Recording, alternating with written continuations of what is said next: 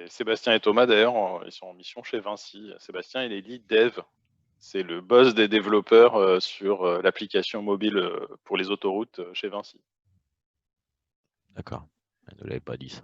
Il a été diplômé de l'IFOCOP il y a 3 ans. Oh, ça va, c'est une belle progression. C'est pas mal, hein? Ah ouais, franchement. Donc, voilà. Ah, il y a de l'espoir, quoi. Ben, c'est ça, c'est ça, c'est ça. Ou pas. Thomas, avant d'aller chez Vinci, là où il a rejoint Sébastien, juste avant, il était en mission dans une entreprise qui s'appelle Colibri. Et chez Colibri, il était en mission sous les ordres d'un lead dev qui s'appelle Nicolas, qui fait du Python et qui est un ancien DevJS, de DevJS 02. Oh, 0,2. Et qui est rentré pour faire du JavaScript. Et au fur et à mesure, il a été amené à travailler en Python et il s'est mis à faire du Python. D'accord, ouais, comme quoi. Voilà, avant de faire la formation, il était à l'accueil au Cercle de l'Aviation, qui est un cercle de jeu. C'était un casino à Paris. Il faisait pas de programmation, quoi. Oui, enfin pas la même. Oui. Non, mais ce que je veux dire, c'est que là, vous êtes sur vos 2 dernières journées. Essayez de vous rappeler de ce que vous saviez le premier jour. Oui, bien sûr. Non, mais parce que quand on arrive, au fur et à mesure qu'on avance et qu'on est confronté à des difficultés, on a l'impression qu'on sait rien et que c'est dur et patati et patata, et on oublie tout ce qu'on a assimilé. Ouais, faut s'y replonger un petit peu, j'ai remarqué. Quand tu fais le bilan sur ce que tu as vu, t'es plus le même homme, quoi. Ah, c'est vrai qu'on a appris pas mal, ouais. Heureusement, quoi. En même temps, je te dirais. Oui, oui, oui. Non, mais je veux dire, s'il n'y avait pas eu C'est juste pour dire qu'il ne faut pas s'auto-flageller en se disant ah, c'est dur, ça veut dire que je sais rien. C'est pas vrai. C'est dur parce que c'est dur, c'est tout le temps dur, quoi. Quand c'est dur, généralement, c'est qu'on apprend quelque chose. Ouais, c'est ça. Quand c'est facile, ça veut dire qu'on n'apprend rien. Non, mais je pense que ça ira mieux dans peu de temps, tu sais, en ayant un petit peu décompressé toutes les infos, tu sais. Parce que là, elles sont à format zip. On va les décompresser, les assimiler à fond, ça devrait le faire, quoi. Bah, dans l'absolu, il n'y a pas d'ambiguïté sur le fait qu'il faut continuer de pratiquer. Hein, parce que le format de la formation intensive, c'est un peu du bachotage. Travail, travail, travail, travail tout le temps. Et C'est ça. donc, le but, c'est de vous amener à un niveau où vous êtes apte à travailler. Mais ça veut dire que là, si après demain, bon, vous avez les projets et tout ça, mais si vous enchaînez pas à travailler sur le sujet, soit professionnellement, soit par vous-même, vous allez perdre très très vite les connaissances acquises. Tu vois, bon, moi j'estime que notre rôle, c'est de vous amener à un certain niveau à partir duquel vous pouvez décoller. Mais vous êtes à un niveau, vous êtes entre deux eaux, quoi. Ça veut dire que c'est un effort c'est prendre l'habitude de fournir cet effort, de faire des recherches, d'expérimenter des choses, de chercher à comprendre des choses, etc. Et de faire ça en permanence, qui finit par consolider vos connaissances.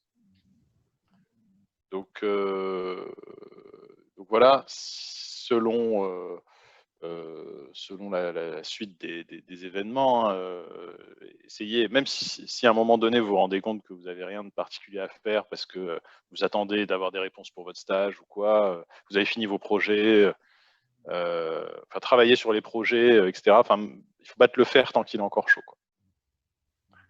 Il ne faut pas laisser... Il faut pas laisser trop décanter parce que sinon à la fin il ne reste plus rien. Donc, Ouais, on va essayer de trouver avant que ça s'évapore, quoi. c'est ça.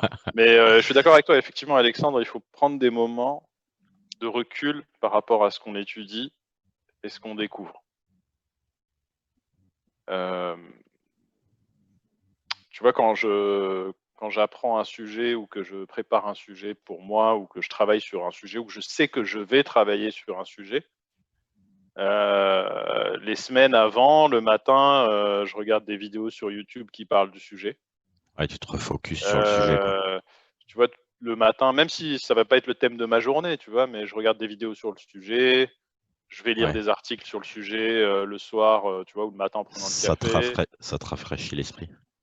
Bah, en fait, ça te met un peu dans l'idée, ça te familiarise avec le vocabulaire, tu retiens des pratiques, tu vois, ça te met dans un espèce d'état où c'est dans ta tête et ça tourne, quoi. Et tu oublies pas.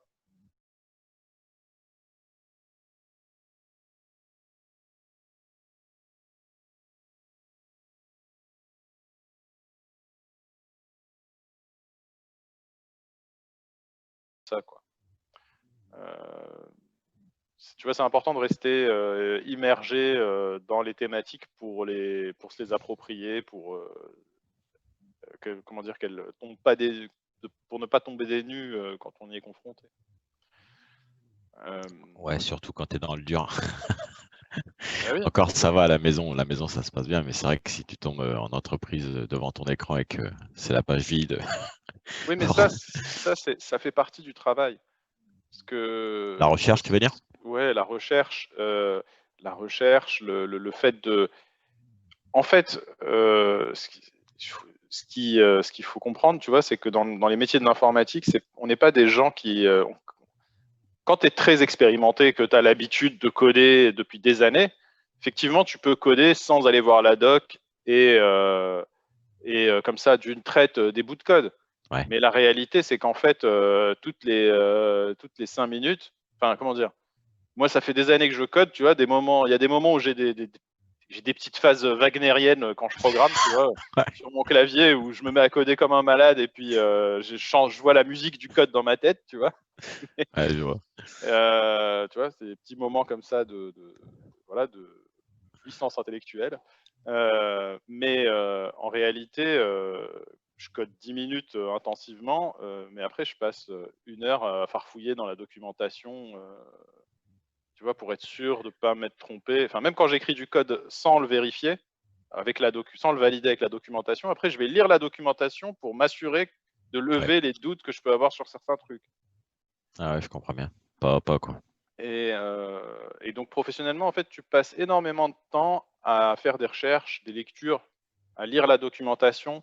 Même quand tu codes des choses que tu connais, tu vas vérifier ce que tu as codé, ça fait effectivement ce que tu veux que ça fasse. Donc tu vas relire la documentation pour être bien sûr que c'est bien ça. Donc on passe vraiment beaucoup de temps à faire des recherches. On code pas beaucoup en fait quand on est dans la programmation, dans le sens on n'est pas des dactylos à passer son temps à taper sur le clavier pour. En réalité, tu passes beaucoup plus de temps à faire des recherches, à documenter. Et en plus, il y a des moments où tu dois prendre du recul. C'est-à-dire que tu dois ni faire de recherche, ni écrire de code. Tu dois réfléchir à ce qu'on te demande de faire et tu dois essayer d'imaginer une façon d'arriver à atteindre cet objectif. Et Ouais, ça, tu te crées ton architecture, quoi. c'est ça. Et ça, c'est un effort que tu fais soit en discutant avec d'autres gens, tu confrontes tes idées, soit en t'asseyant dans un canapé et en méditant, quoi. Ah ouais. Tu vois, souvent on se fout de la gueule des entreprises qui sont dans l'informatique parce qu'il y a un baby-foot, un canapé, tu vois, Ah mais ça contribue à ouais. une console de jeu. Mais en réalité, euh, moi je sais d'expérience que les gens, quand ils vont dans ces espaces de détente, en réalité, ils se détendent